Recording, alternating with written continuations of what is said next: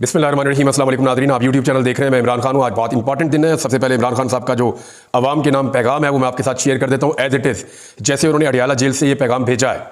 इमरान खान साहब ने कहा कि तमाम फस्तायत और हुकूमती जबर और रुकावटों के बावजूद खौफ की जंजीरें तोड़कर बाहर निकलने पर मियांवाली, फैसलाबाद और बहावलपुर के अवाम को मुबारकबाद पेश करता हूँ। मैं चाहता हूँ कि आज 4 अक्टूबर बरोज़ जुमातुल मुबारक आप सब पुरअमन एहतजाज के लिए डी चौक इस्लामाबाद पहुँचें और लाहौर और उसके गिरदोनवा के जो इजला के शहरी हैं वो 5 अक्टूबर बरोज़ हफ्ता मीनार पाकिस्तान पर एहतजाज की पूरी तैयारी करें। ये जंग अपने फैसला कुल मरहले में दाखिल हो चुकी है। अल्लाह के फजल से हम अपनी हकीकी आज़ादी की लड़ाई जीत रहे हैं। इक़्तिदार पर काबिज़ जालिम हमें खौफज़दा करके हमारी जीत को शिकस्त में बदलना चाहते हैं। चुनाचा आप बेखौफ होकर बाहर निकलें और याद रखें कि अगर अब भी आपने आगे बढ़कर खुद को हकीकी तौर पर आज़ाद करवाने में हिचकिचाहट से काम लिया तो ये जालिम आपको चूंटियों की तरह मसल कर रख देंगे और आपकी आइंदा नस्लों को भी अपना गुलाम बना लेंगे, जिन पर इनकी औलादें हुकूमत करेंगी। सुप्रीम कोर्ट में ड्रामा चल रहा है और मैंने तारीख में इतना बेशर्म चीफ जस्टिस नहीं देखा जो अपनी ज़ाती एक्सटेंशन, अपनी नौकरी की मुद्दत में तौसी के लिए हर वो फैसला दे रहा है जिसकी कानून और आईन इजाज़त नहीं देता। काजी एक्सटेंशन गैंग ऑफ 3 का हिस्सा होते हुए पाकिस्तानी कौम के हुकूक का तहफ़्फ़ुज़ करने की बजाय इनको एक्सटेंशन माफिया और पीडीएम का गुलाम बना रहा है। किसी भी मुल्क में अवाम के हुकूक का दिफा अदलिया की जिम्मेदारी होती है, लेकिन यहां चीफ जस्टिस खुद ही अवाम के हुकूक का खून कर रहा है। दुनिया में कहां ऐसा होता है कि कोई जज अदालत में बैठकर अपनी मुद्दत बचाने के लिए, अपनी मुलाजमत बचाने के लिए आइन और कानून को रोंद कर अपने ही हक में फैसला करता रहे। ये कॉन्फ्लिक्ट ऑफ इंटरेस्ट है। इसके बारे में हम पहले भी बात करते रहे कि ये मफादात का टकराव होता है और ये उसकी एक बदतरीन मिसाल है कॉन्फ्लिक्ट ऑफ इंटरेस्ट की। इसने जमहूरियत और इखलाकियात का जनादा निकाल दिया है। जजेस इखलाकी बर्तरी की बुनियाद पर अदालतों में बैठते और फैसले करते हैं और कादी फायदा की शक्ल में बतौर चीफ जस्टिस अवाम के हकूक के सबसे बड़े मुहाफिज ने अवाम के हकूक पर सबसे बड़ा डाका डाला है। जनरल जिलानी की गोद में पलने वाले ने चुप का रोज़ा तोड़ा है और पाकिस्तान के बाशऊर अवाम को भेड़ बकरियां करार दिया। ये नवाज शरीफ का कह रहे हैं। नवाज शरीफ ने पाकिस्तानी अवाम को भेड़ और बकरियों से तशबीह दी है, तो इमरान खान साहब भी उसके ऊपर प्रोटेस्ट कर रहे हैं। पाकिस्तान भर के सहाफ़ियों ने, पाकिस्तान भर के अवाम ने, उन्होंने ये कहा कि मियाँ साहब जो आपके पीछे आंखें बंद करके बिरयानी की प्लेट के पीछे चल रहे हैं, कीमे वाले नान के पीछे आपके पीछे आ रहे हैं, या जिन एमएनएस को ये पता ही नहीं है कि आईनी तरमीम के अंदर लिखा क्या हुआ मुसव्वदे में, और वो जाकर बैठ के वहाँ असेंबली के अंदर अपनी बारी का इंतजार कर रहे हैं कि हम हुकूमत के हक में वोट डालेंगे। भेड़ बकरियां तो वो हैं जिन्हें पता ही नहीं कि वो करने क्या जा रहे हैं। एक आम पाकिस्तानी जब निकलता है वोट डालने के लिए तो वो घर से फैसला करके निकलता है कि उसने नवाज शरीफ को वोट डालना है या इमरान खान को डालना है, तो वो भेड़ बकरी नहीं हो सकता, वो अपना फैसला कर रहा है। ये जो एमएनए जिसको आप ले गए हैं, जिससे आपने वोट लेना, उसको तो पता ही नहीं है कि वो वोट किस चीज में डालने जा रहा है। आइन का उन्होंने तरमीम का मुसव्वदा ही नहीं पढ़ा हुआ, उन्हें आइडिया ही नहीं है। तो भेड़ बकरियां मियां साहब आपके पीछे चलती हैं। अभी लोग जो है वो बाशऊर हो गए हैं। एस्टैब्लिशमेंट की मदद से हमेशा इक़्तिदार में आने, ये इमरान खान साहब कह रहे हैं कि एस्टैब्लिशमेंट की मदद से हमेशा इक़्तिदार में आने वाले की नज़र में जमहूरियत का मतलब हमेशा बूट को इज्जत देना ही होता है। इसे क्या मालूम कि बाशऊर अवाम और उनके वोट का तकद्दुस क्या है। अवाम अच्छी तरह जानते हैं कि तुम 2 मरतबा डील करके बैरून मुल्क भाग गए थे और जेल गए तो तुमने वहां रो रो के सारे टिश्यू पेपर ही खत्म कर दिए। अवाम यह भी अच्छी तरह जानते हैं कि मेरे जैसी जेल तो तुमने एक दिन भी नहीं गुजारी, या तो बीमारी का बहाना बनाकर अस्पताल के बेड पर लेटे रहे या फिर 5 स्टार सहूलियात के साथ किसी सरकारी मेहमान खाने में बैठकर माफिया और एनआरओ की भीख मांगते रहे। अब अवाम बाशऊर हो चुके हैं और तुम्हारा असली चेहरा इन पर बेनकाब हो चुका है। लंदन प्लान के मुताबिक इस इलेक्शन में तुम्हारी जमात ने 20 सीटें तक नहीं जीती। प्लान के मुताबिक तुम्हें कप्तान होना था, लेकिन थर्ड अंपायर तुम्हें धोखा देकर खुद कप्तान बन गया और तुम्हें 12वां खिलाड़ी बना दिया। रेलू कटा। मैं वफाकी हुकूमत की जानिब से अपने गुलाम आईजी खैबर पख्तूनख्वा के जरिए सूबाई हुकूमत की मर्जी और इजाजत के बगैर अमन जरगे पर हमले और पुरतशद्दुद कार्रवाई की शदीद अल्फाज में मजम्मत करता हूँ। आईजी के जरिए वफाकी हुकूमत का यह इकदाम सूबाई उमूर में खुली मुदाखलत और सूबाई खुद मुख्तारी पर खुला हमला है। देखिए, जो पीटीएम का हम एक्चुअली कहते हैं हम पीटीएम का रहे हैं, लेकिन वो है कौमी जरगा है। कौमी अमन जरगा होने जा रहा है खैबर पख्तूनख्वा में। ये बहुत बड़ा जरगा है। पूरे पाकिस्तान से जो पश्तून कबाइल है वो वहाँ पे आ रहे हैं, स्पेशली खैबर पख्तूनख्वा से और बलूचिस्तान से, और बहुत बड़ी तादाद में लोग उसमें मौजूद हैं। अदालत में जब ये केस गया तो अदालत ने पुलिस से पूछा, चीफ सेक्रेटरी से पूछा कि जनाब ये क्या शेलिंग वेलिंग हो रही है, क्यों कर रहे हैं आप, इन्हें क्यों परेशान कर रहे हैं। मंजूर पश्तीन साहब ने एक मैसेज भी जारी किया है। उन्होंने कहा जी किसी पार्टी का नहीं है, ना ये पीटीएम का है, ना किसी और जमात का है, ना किसी पार्टी का यहाँ पे झंडा आ रहा है। ये तो अमन जरगा है और पूरे खैबर पख्तूनख्वा से लोग आ रहे हैं और 30,000 के करीब अमायदीन हैं, सरदार हैं, मुख्तलिफ मुशीरान हैं, जो काबिल एहतराम लोग हैं खैबर पख्तूनख्वा के, वो सारे इकट्ठे हो रहे हैं और इसकी तैयारी कई महीनों से चल रही है। तो हुकूमत क्यों बार बार इसके ऊपर पुरतशद्दुद कार्रवाइयाँ करती है। तो इमरान खान साहब ने कहा हमने नहीं किया, और उन्होंने ये कहा कि उनके आईजी ने वफाकी हुकूमत के कहने पे सूबाई हुकूमत की मर्जी के खिलाफ जाकर ये ऑपरेशन किया है, और इसको उन्होंने कहा मैं इसकी शदीद अल्फाज में मजम्मत करता हूँ। और आईजी के जरिए वफाकी हुकूमत का ये इकदाम सूबाई उमूर में खुली मुदाखलत और सूबाई खुद मुख्तारी पर खुला हमला है। अपनी आज़ादी के लिए जद्दोजहद करना बेहतरीन जहाद है। अल्लाह ताला ने इंसान को आज़ाद पैदा किया है और अपनी आज़ादी के लिए कोशिश करना अल्लाह के नज़दीक पसंदीदा तरीन अमल है।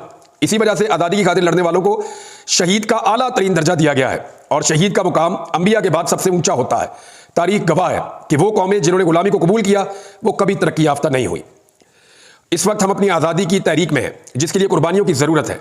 मैं इस आज़ादी की तहरीक के लिए अपनी जान भी कुर्बान करने के लिए तैयार हूं। मैं अपने लोगों और अपना मुल्क छोड़कर कहीं नहीं जाऊंगा। मैं तो यही मुल्क में हूं।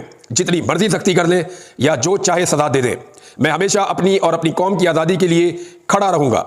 फ़लस्तीनी अपनी आज़ादी की खातिर हर रोज़ जानों की कुर्बानियां पेश कर रहे हैं। मैं भी हर सख्ती के लिए तैयार हूं। इसलिए मैं अपनी कौम को पैगाम देना चाहता हूं कि आप भी अपनी आज़ादी के लिए किसी भी किस्म की कुर्बानी से घबराएं मत और इससे पीछे मत हटें। आज़ादी आपका हक है और आपकी इस जद्दोजहद, इन कुर्बानियों से अल्लाह ताला भी आपसे राज़ी होगा। हमारे मुल्क में जमहूरियत और कानून की हुक्मरानी बिल्कुल ख़त्म हो चुकी है, जिसके हुसूल के लिए हमें कड़ी जद्दोजहद करना होगी। अल्लाह हम सब का हामी और नासिर हो। पाकिस्तान जिंदाबाद। ये जी इमरान खान साहब का एक पैगाम था और उसके बाद जो सिचुएशन है वो मैं आपको बता देता हूँ। इस वक्त की जो लेटेस्ट सूरत हाल है, मैं ये वीडियो रिकॉर्ड कर रहा हूँ जिस वक्त तो तकरीबन 1 बजे के आसपास का टाइम है दोपहर का। तमाम काफले निकल चुके खैबर पख्तूनख्वा से और पंजाब से और वो अपने रस्तों में। जो बड़े काफले मैंने अब तक देखे हैं उनमें डीआई खान से निकलने वाला काफला बहुत बड़ा है, जिसमें करक से, लकी मरवत से, डीआई खान से आए हुए लोग हैं और जो जनूब का बन्नू के लोग हैं, ये सारे वहाँ से इकट्ठे होकर ये लोग अब सी पैक के जरिए से और मुख्तलिफ रस्तों से पहुँचेंगे इस्लामाबाद की जानिब। वो उनकी अपनी हिकमत अमली है, लेकिन ये काफला बहुत बड़ा है।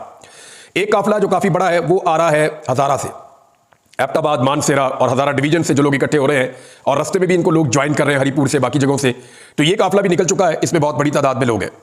तीसरा एक काफला मालाकंड से निकला है और ये भी खासा तगड़ा काफला है। मालाकंड में गुज़िश्ता दिनों एक अमन जरगा हुआ, उसके बाद अमन के लिए वहाँ पे एक बहुत बड़ा जलसा भी किया गया और अब पाकिस्तान तहरीक इंसाफ की, क्योंकि वहाँ पे बहुत तोती बोलता है, मुराद सईद का ताल्लुक भी मालाकंड डिवीजन से है, तो बड़ी तादाद में वहाँ से भी एक काफला निकला है जो मैंने मनाज़र देखे। और चौथा जो है वो स्वाबी में इकट्ठा हो रहा है, वो मॉब जो चारसद्दा से, पेशावर से और दूसरी जगहों से लोग आ रहे हैं। तो इस तरह ये सारे काफले मोटरवे पे स्वाबी के मुकाम पे इकट्ठे होंगे। डीए खान वाले थोड़ा आगे निकल जाएंगे, इसी तरह जो हज़ारा वाले हैं उनका रूट भी थोड़ा आगे से आकर निकलेगा। तो ये सारे लोग इस्लामाबाद की तरफ मार्च करते हुए आ रही है। खैबर पख्तूनख्वा की सिचुएशन, अली अमीन गंडापुर इन तमाम काफलों को लीड कर रहे हैं। हिकमत अमली ये है कि इस मरतबा मशीनें आगे होंगी और काफला पीछे होगा और रस्ते खोलने वाली टीमें आगे चलेंगी जो पुलिस के साथ जाकर इनकाउंटर करेंगी या उनका सामना करेंगी। अब अगर रुकावटें हटानी है तो पुलिस से तो मारना है उन्हें और वो पुलिस तो तशद्दुद करेगी। इस पर अली अमीन गंडापुर का एक बड़ा सख्त स्टेटमेंट भी आया। पहले एक स्टेटमेंट जो है वो आया था मोहसिन नकवी साहब का और अब एक स्टेटमेंट जो है वो अली अमीन गंडापुर साहब का आया।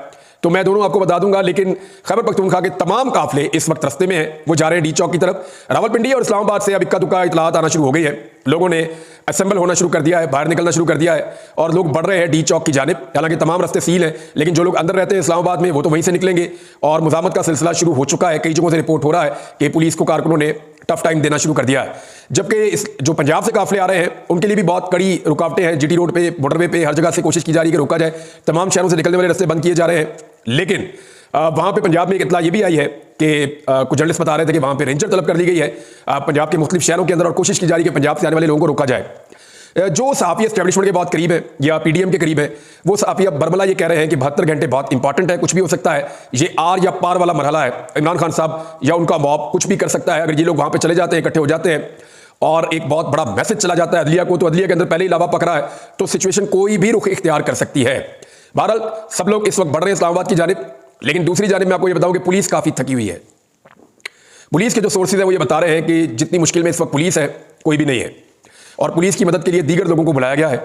बहुत सारे लोग पुलिस की यूनिफॉर्म में ऐसे मौजूद होंगे जो शायद पुलिस वाले नहीं हैं और ये क्लेम मैं नहीं कर रहा, ये पाकिस्तान तहरीक इंसाफ के सोर्सेज कर रहे हैं। वो भी ये बता रहे हैं कि जनाब पुलिस के अंदर तो अब सख्त नहीं है।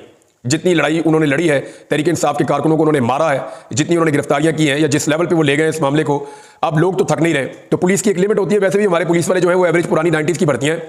ज़्यादातर पुलिस वाले जो है वो 40-50 साल उम्र के हैं, 50 साल के आसपास के हैं, तो उनका उतना स्टेमिना भी नहीं होता बेचारों का, लेकिन उनसे ओवर ड्यूटियां उनकी ली जा रही हैं, उनकी कैपेसिटी से ज़्यादा उनसे काम लिया जा रहा है। तो पुलिस की बॉडी लैंग्वेज को इतनी पॉजिटिव नहीं है, इसीलिए दूसरी लॉ इन्फोर्समेंट को बुलाया गया है और उनमें कुछ सादा कपड़ों वाले लोग भी हैं, कुछ दीगर लोग भी हैं। तो अब देखना यह है कि वो क्या पाकिस्तान, क्योंकि इनकी ट्रेनिंग नहीं होती ना। देखें, पुलिस की ये ट्रेनिंग होती है कि अवाम को डील कैसे करना है। पुलिस उतना टॉर्चर करना जानती है जिसमें जानी नुकसान ना हो, लेकिन जो बाकी लॉ इन्फोर्समेंट है उनकी ये ट्रेनिंग नहीं होती, उनको सिर्फ बंदूक चलाने की ट्रेनिंग होती है। वो पब्लिक डीलिंग में उतने ट्रेन नहीं होते, तो वहां पर फिर नुकसान होने का अंदेशा हो जाता है। इसीलिए आपको पता है कि हमेशा ये कोशिश की जाती है कि जो लॉ इन्फोर्समेंट फोर्सेज हैं पुलिस के अलावा, उनमें से कोई भी बराह रास्त अवाम के सामने ना आए, क्योंकि जब वो आवाम के सामने आएंगे तो उन्हें लाठीचार्ज की या बाकी चीज़ों की तरबियत नहीं है, तो उनकी जो तरबियत है फिर वो उसके मुताबिक चलते हैं तो नुकसान हो जाता है। लिहाजा इस नुकसान से बचने की हमेशा कोशिश की जाती है। लेकिन आज के बारे में मैं आपको कुछ कह नहीं सकता, और काफिले निकले हुए हैं। पुलिस की सिचुएशन मैंने आपको बता दी। अब जरा आप सुन लें कि गंडापुर साहब, अली अमीन गंडापुर ने कहा जी मुझे चाहे 2 दिन लग जाएं, मैं डी चौक पहुंचूंगा, मैं वापस नहीं जाऊंगा। अली अमीन गंडापुर ने कहा जी मैं अकेला भी रह गया ना तो मैं फिर भी आगे ही बढ़ता रहूंगा, पीछे नहीं हटूंगा। मेरे पास एहतजाज मुअख्खर करने का कोई इख्तियार नहीं है, एहतजाज को कैंसिल करने का, मुअख्खर करने का।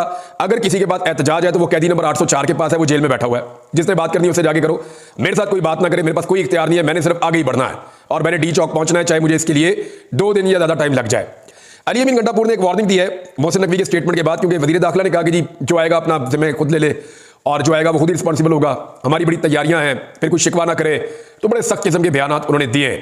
ये वही मोहसिन नकवी जिन्होंने कहा था दहशतगर्द जो है वो एक SHO की मार है, लेकिन उसके बाद से लेकर अब तक आपने देखा कितने दहशतगर्दी के वाकयात हुए इस मुल्क के अंदर।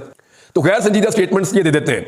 फैसल वाडा हो गया, मोहसिन नकवी हो गया, और इनके स्टेटमेंट्स के ऊपर ज्यादा तवज्जो भी नहीं देता और इनके ज्यादातर स्टेटमेंट गलत भी साबित हो जाते हैं।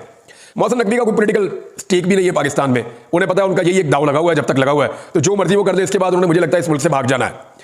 जैसे कि आरफ अलवी साहब ने चीफ जस्टिस को कहा कि आप रिटायरमेंट के बाद जरा पाकिस्तान में ही रहिएगा, आपको पता चलेगा कि पाकिस्तानियों के साथ आपने क्या किया, आपको जरा आइडिया हो जाएगा। तो मुझे नहीं लगता कि ये लोग पाकिस्तान में रहेंगे। अच्छा, मुझे ये भी नहीं लगता कि ये लोग जाकर रहेंगे यूरोप में, क्योंकि वहां पे भी लोग पाकिस्तानी इनको नहीं छोड़ेंगे। ये रहेंगे उन मुल्कों में जहां पे डिक्टेटरशिप है, जहां पे बादशाहत है, क्योंकि वहां पे फिर कोई ऐसा नहीं है, कानून की आज़ादी है सारे राय, तो वहां ये बच जाएंगे, अपने महंगे एरियो में जाके वहां छुप जाएंगे, वहां पे जिंदगी गुजारेंगे। तो वो क्या जिंदगी है। बहरहाल गंडापुर साहब ने कहा कि अगर तो तशद्दुद किया गया हुकूमत की जानिब से, हम पुरअमन एहतजाज का अपना हक लेने आ रहे हैं, हमारी लीडरशिप ने हमें हुक्म दिया है और हम आइन पर हमला रोकने के लिए आ रहे हैं। 2 मकासद हैं जी, एक वो कहते हैं अदलिया की आज़ादी के लिए हम आ रहे हैं, दूसरा वो कहते हैं हम आइन के ऊपर हमला रोकने के लिए आ रहे हैं। वकला भी यही कह रहे हैं, इमरान खान साहब और उनकी पार्टी भी यही कह रही है। तो अली अमीन गंडापुर साहब ने कहा कि अगर तशद्दुद किया गया तो जो तशद्दुद करेगा वो होगा जिम्मेदार। उन्होंने कहा जी कि ये तो मैदान में पता चलेगा कि क्या होता है, लेकिन जो भी तशद्दुद करेगा वही रिस्पॉन्सिबल होगा हालात का और सूरत हाल का। अब इस वक्त मजीद कुछ चीज़ें मैं आपके साथ शेयर कर देता हूँ जो डेवलपमेंट्स हैं।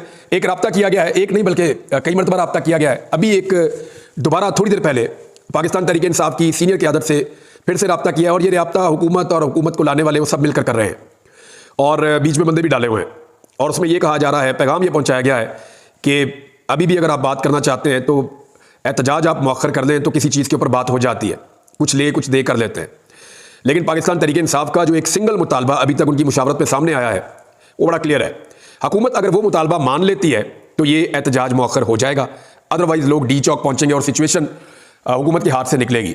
हुकूमत ये बात अभी मान ले या बाद में मान ले, या फिर हुकूमत के बाद ये रास्ता है कि इतनी सख्ती करे, इतना टॉर्चर और इतनी ब्रूटैलिटी करे कि हज़ारों लोगों को जेलों में डाल दे, लोगों को जख्मी करे, लोगों की जानें जाती हैं तो जाए, लेकिन वो एक फस्तायत और एक मार्शल लॉ टाइप का माहौल बनाकर तहरीक इंसाफ को वापस धकेले। या तो उनके बाद ये ऑप्शन है कि वज़ीर आला जो आ रहे हैं उनको भी गिरफ्तार करें, वज़रा को भी गिरफ्तार करें और मुल्क में एक मार्शल लॉ जैसी कैफियत लगा दें। और अगर वो ये नहीं कर पाते तो फिर उन्हें बातचीत करनी पड़ेगी, टेबल पे आना पड़ेगा।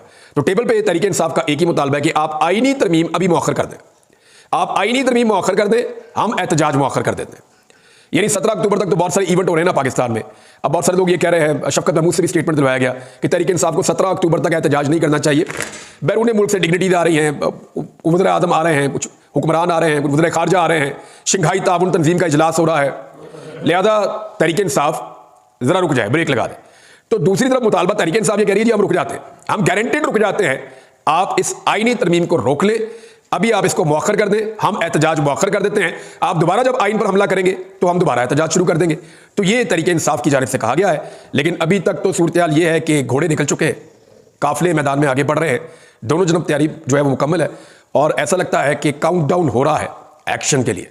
तो आप हमारे साथ जुड़े रहें, मैं आपको बाकी अपडेट्स देता हूं बाद में। अब तक के लिए इतने, अपना ख्याल रखिएगा, अपने चैनल का भी अल्लाह हाफ़िज़।